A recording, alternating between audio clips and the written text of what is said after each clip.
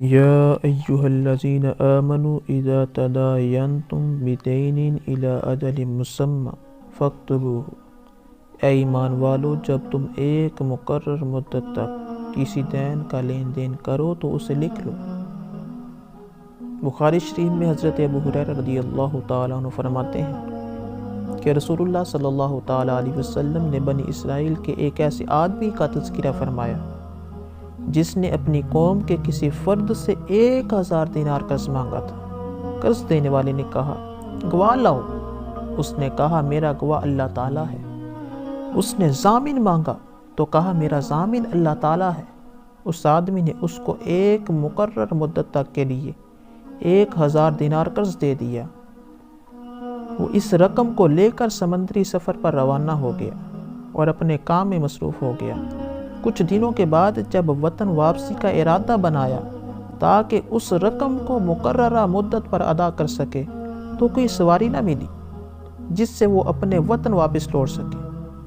اس نے ایک لکڑی میں سوراخ کر کے جگہ بنا کر اس میں 1000 دینار رکھا اور ایک خط قرض دینے والے کے نام لکھ کر دینار کے ساتھ ہی رکھ دیا، اور اس کا منہ بند کر کے سمندر کے کنارے آیا اور کہا اے اللہ تو جانتا ہے کہ میں نے ایک مقرر مدت تک کے لیے فلاں آدمی سے تجھے ضامن اور گواہ بنا کر 1000 قرض مانگا تھا اور اس نے مجھے وہ رقم دے دی تھی۔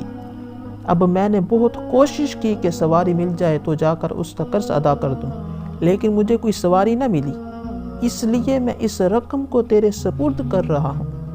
یہ کہہ کر اس نے رقم والی لکڑی کو سمندر میں بہا دیا اور واپس چلا آیا، سواری تلاش کرتا رہا تاکہ وہ اپنے شہر کو جا سکے۔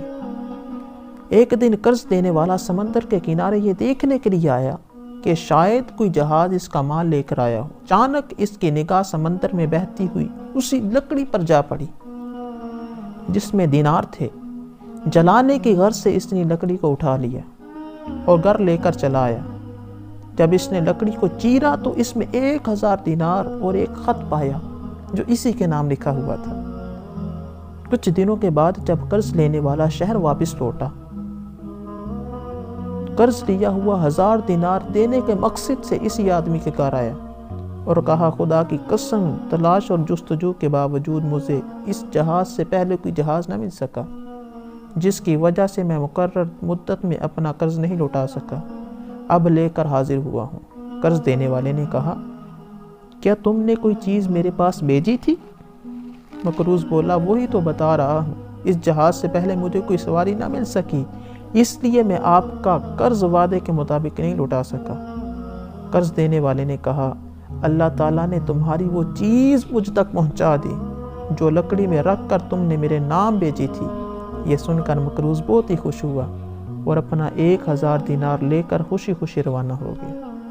اور بخاری شریف میں ایک اور حدیث مبارکہ ہے، حضرت ابو ہریرہ رضی اللہ تعالیٰ عنہ اس کو روایت کرتے ہیں کہ حبیب خدا محمد مصطفیٰ صلی اللہ تعالیٰ علیہ وسلم نے فرمایا من اخذ اموال الناس یرید اداءها ادى اللہ عنہ، جس نے لوگوں کا مال لیا اور وہ اسے ادا کرنا چاہتا ہے تو اللہ رب العزت اس کی طرف سے ادا کر دیتا ہے۔